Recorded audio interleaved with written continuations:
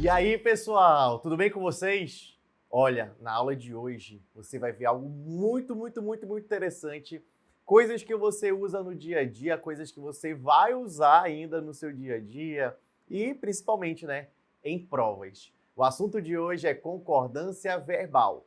Parte 1. Vamos aprender um pouco sobre a concordância agora dos verbos, como que o verbo vai se comportar. E é exatamente isso que é concordância verbal, que está relacionado com o comportamento do verbo diante de diferentes sujeitos, predicados e várias outras coisas que nós vamos ver aqui. Beleza? Bom, nós vamos falar agora da concordância com sujeito simples. Como é que funciona a concordância com sujeito simples? Nessa concordância, o verbo ele vai concordar em número e pessoa com o sujeito simples. Primeiro, o que é um sujeito simples? Né? Sujeito simples é aquele que tem apenas um núcleo. Apenas uma palavra é a mais importante. Por exemplo, ele foi ao shopping. Quem foi ao shopping? Ele. Ó, o sujeito é simples porque só tem um núcleo.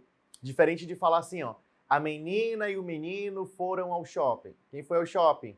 A menina e o menino, ó. Eu tenho dois núcleos. Não é sujeito simples. O sujeito simples é aquele que tem apenas um núcleo. Vamos analisar a primeira frase que eu falei? Olha só. Ele foi ao shopping. Reparem, quem foi ao shopping? Ele. Ele é um sujeito simples, porque só tem um núcleo. Pelo fato desse núcleo, né, desse sujeito, estar no singular e ele é a terceira pessoa do singular, ó, eu, tu, ele. Terceira pessoa do singular. Pelo fato dele estar na terceira pessoa do singular, o meu verbo concordou exatamente com esse sujeito simples, né? Ele foi. Se fosse eu fui. Se fosse no plural, nós fomos. E assim por diante, pessoal. A concordância com o sujeito simples, o verbo, ele vai concordar em número e pessoa com o sujeito simples. Número, estou falando de singular plural. Pessoa, eu, tu, ele, nós, vós, eles. Eu vou fazer essa concordância. Tranquilo? Pessoal, essa regra ela vale tanto para quando o verbo está perto do sujeito simples ou quando ele está distante, tá? Não vai fazer nenhuma diferença. Eu tenho que fazer a concordância verbal dessa forma, concordando com o sujeito simples. Olha só para esse exemplo aqui, ó. Meus irmãos, os quais são muito inteligentes, passaram no mesmo concurso. Quem foi que passou no mesmo concurso? Meus irmãos. Eu estou concordando ali com irmãos. Por isso que eu usei o verbo passaram. Percebam, o verbo não está perto desse sujeito. Independente disso, a regra diz que eu tenho que concordar com o sujeito simples em número e pessoa, independente deles estarem colados um no outro ou eles estando distantes. Beleza? Olha só, é bem simples essa nossa primeira regra, né?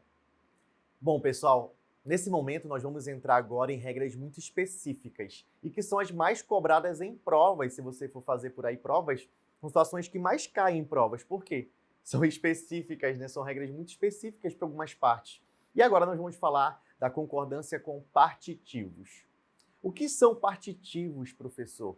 Partitivos são aqueles termos, aquelas expressões que indicam uma parte de um todo. Por exemplo, ó, a maioria de, a minoria de, metade de, um grande número de. Ó, eu pegando uma parte, por isso o nome partitivo, né, de um todo.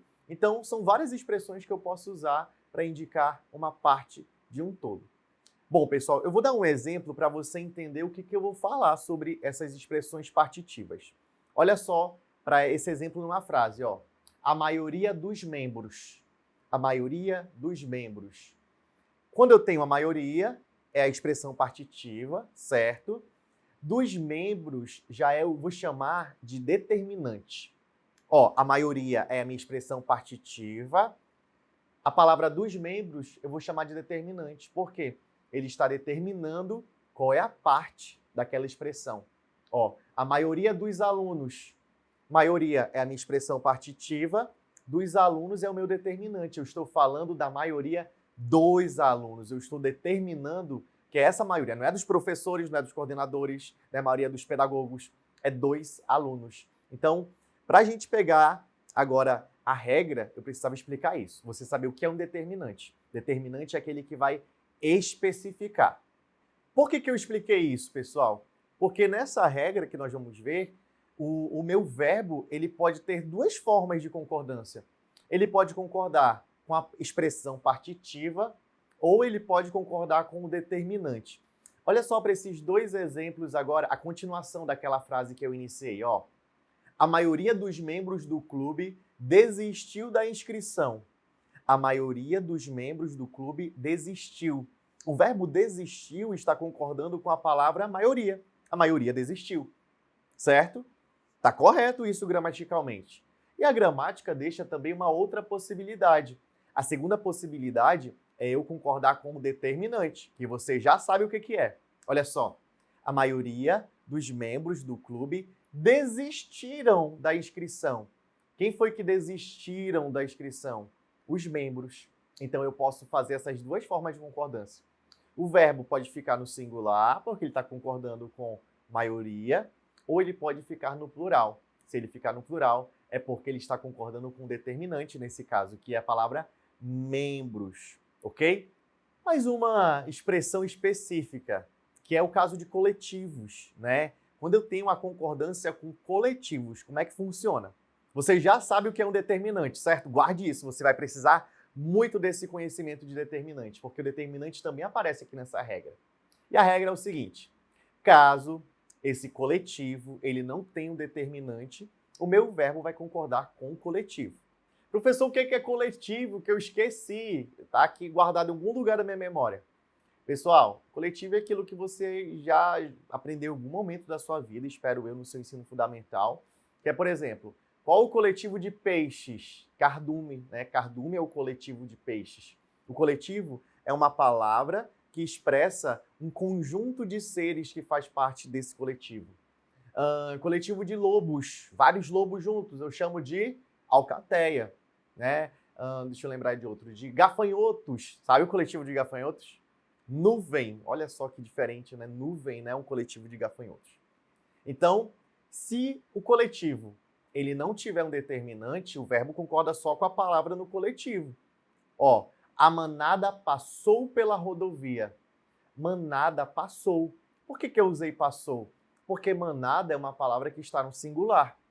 Se fosse assim, as manadas passaram pela rodovia. Olha só o que eu acabei de fazer. Por que eu usei passaram? Por que o meu verbo ficou passaram? Está concordando com o coletivo, que está as manadas, está no plural. Então, nesse caso, está tudo certo. Eu concordei com a palavra no coletivo. Porém, se eu tiver um determinante, que você já sabe o que é aquele termo que especifica, né, o termo anterior. Se eu tiver essa especificação, eu tenho duas formas de concordância. Pode concordar com o coletivo ou pode concordar com o determinante. Olha só como é que fica, ó. A manada de elefantes passou pela rodovia. Por que eu usei passou, se eu perguntasse para você? Você teria que responder que é porque eu estou concordando com a palavra manada. Ó, a manada passou. Mas tem mais uma forma, ó. A manada de elefantes passaram pela rodovia. Eu posso falar dessa forma também. Por quê? Porque agora eu usei o verbo passaram para concordar com a palavra elefantes. Elefantes passaram pela rodovia. Duas formas. Último exemplo, ó. As manadas de elefantes passaram pela rodovia. Eu usei passaram, por quê? Eu posso estar concordando tanto com o meu coletivo, que está no plural, ou com a palavra elefantes, que também está no plural. Ó, não é uma regra difícil. Se você lembrar o que é um determinante, você consegue acertar uma questão sobre isso. Professor, falar manada de elefantes não é uma redundância? Você sabe o que é uma redundância, né? É essa repetição, né? Quando a palavra ela já tem um sentido, eu repetir a ideia. Tipo, subir para cima, descer para baixo, entrar para dentro, hemorragia de sangue, enfim. Manada de elefantes, professor. Se é uma manada, eu preciso dizer que é de elefantes? Nesse caso, você precisa. Por quê? O coletivo manada, ele refere a vários animais. Então, pode ser de elefantes, a manada ela pode ser de bois, enfim. Então, por conta disso, porque esse coletivo se refere a vários termos, eu posso especificar. Não é um pleonasmo, como a gente chama, não é uma redundância, tá? Redundância é quando eu falo assim, ó, o cardume de peixes. Por que que agora é uma redundância? Porque só existe cardume se for cardume de peixes. Essas expressões, bora ver se você já ouviu. Mais de um, menos de um, cerca de. Então, olha só. Quando eu tenho esse tipo de expressão, o meu verbo vai concordar com o número que acompanha essa expressão. Então, a concordância verbal, quando aparecerem essas expressões, ela deve concordar com o número que aparecer junto com essa expressão. Por exemplo, ó, mais de um aluno faltou. Por que que eu usei faltou? Um faltou. Mais de 2 alunos faltaram. Por que que eu usei faltaram? Porque eu usei número 2. Mais de 2 faltaram. Menos de 2 alunos faltaram. Por que que eu usei faltaram? Porque eu usei o numeral 2. Cerca de 50 alunos faltaram. Por que que eu usei faltaram? Porque eu usei o numeral 50. Pessoal, percebam. Mas, professor, mais de um aluno não significa que são 2. Não interessa esse sentido para a sintaxe, né, que é o que nós estamos vendo. O que interessa é o que está escrito. E a regra diz que, independente da sua parte semântica, da ideia de quando eu falo mais de um aluno, eu estou falando de 2, 3, enfim, isso não interessa. O que interessa é o número que está escrito ali. No caso, mais de um aluno, faltou. Bom, pessoal, professor, e se aparecer uma porcentagem? Se no caso aparecer uma porcentagem, né? 1%, 2%, 3%, como é que funciona? Em regra, pessoal, o verbo vai continuar concordando com o número. Aquela regra que nós acabamos de ver. Se for o número 1, se for o número menor que 2, o meu verbo vai ficar no singular. Se for o número a partir do número 2 diante, eu vou colocar o meu verbo no plural. Mas essa regra, ela só é válida se eu não tiver um determinante. Sabe por quê? Porque se eu tiver um determinante, há mais uma possibilidade. Olha só, continua a mesma coisa. Por isso que eu pedi na última aula para você lembrar o que é um determinante. Determinante é aquele termo que especifica a expressão anterior, né? Ele vai especificar. Você vai entender melhor com os exemplos. Olha só. Se eu tivesse assim, ó, 1,8% aprovou. Tá certo? Tá certo, pessoal. Por quê? 1,8 é menor que o número 2. Então, 1,8% é um número menor que 2. Logo, eu tenho que colocar o meu verbo no singular. É o que a regra diz. Certo? Porém, eu posso colocar agora um determinante. Olha só meu determinante. 1,8% dos membros. 1,8% dos membros. Esse 1,8% está se referindo a quem? Aos membros, né? Os membros é o meu determinante. É o termo que especifica, né, essa porcentagem que eu estou usando. Quando eu tiver determinante, a regra diz que eu posso continuar com o que eu estava fazendo, concordando com o numeral menor que 2, dizer que 1,8% aprovou, ou eu posso dizer que 1,8% dos membros aprovaram. Então tem essas duas possibilidades. Por que que agora eu tenho essas duas possibilidades, pessoal? Porque eu tenho um determinante. Olha só esse exemplo com o número maior que 2. 5,1% aprovaram. Por que que eu usei aprovaram? Está concordando com um número que é maior que 2. Por isso que o meu verbo ficou no plural. 5,1% da Assembleia, 5,1% da Assembleia, eu posso dizer aprovou, concordando com a Assembleia, ou aprovaram, concordando com o numeral, que é maior que 2, e é por isso que eu usei o verbo no plural. Ok, pessoal? Se eu tiver um determinante antes dessa porcentagem, eu sou obrigado a concordar com o meu determinante. Por exemplo, ó, os 5,1% da Assembleia. Esse os é um determinante, é um artigo definido, né?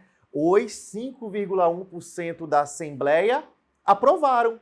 Por que que agora eu só posso dizer aprovaram? Porque eu tenho um determinante antes dessa porcentagem.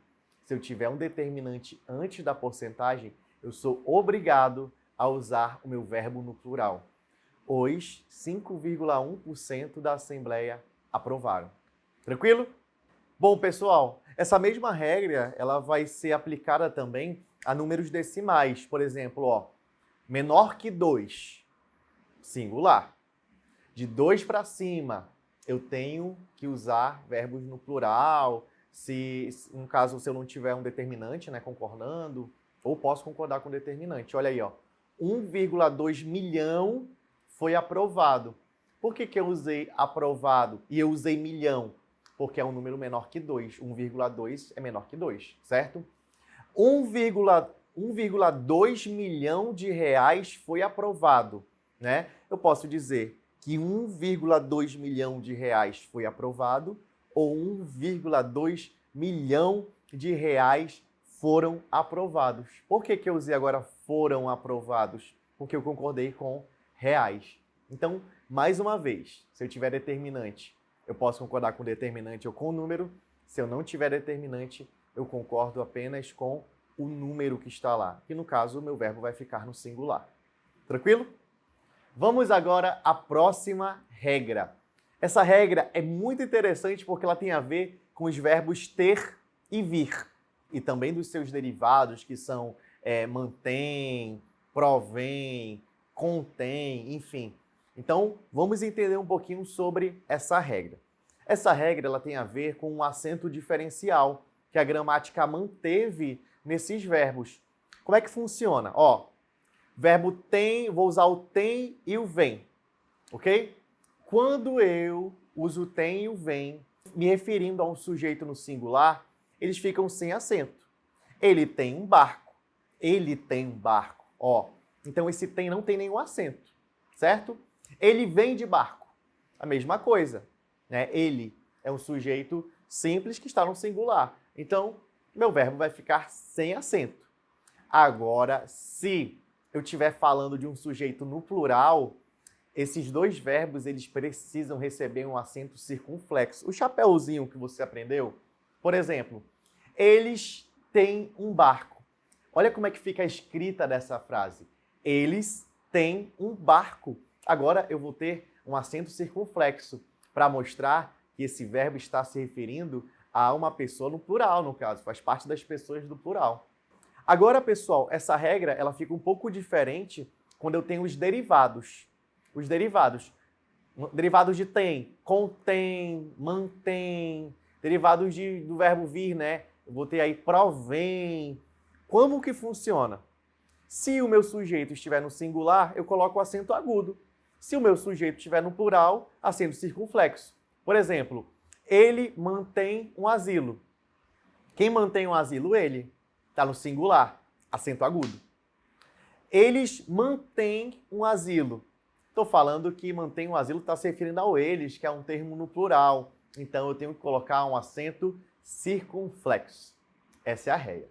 Pessoal, tem muitas regras ainda para nós falarmos aqui. Eu espero muito que você tenha aprendido essas, para que na próxima aula a gente possa dar continuidade a esse assunto.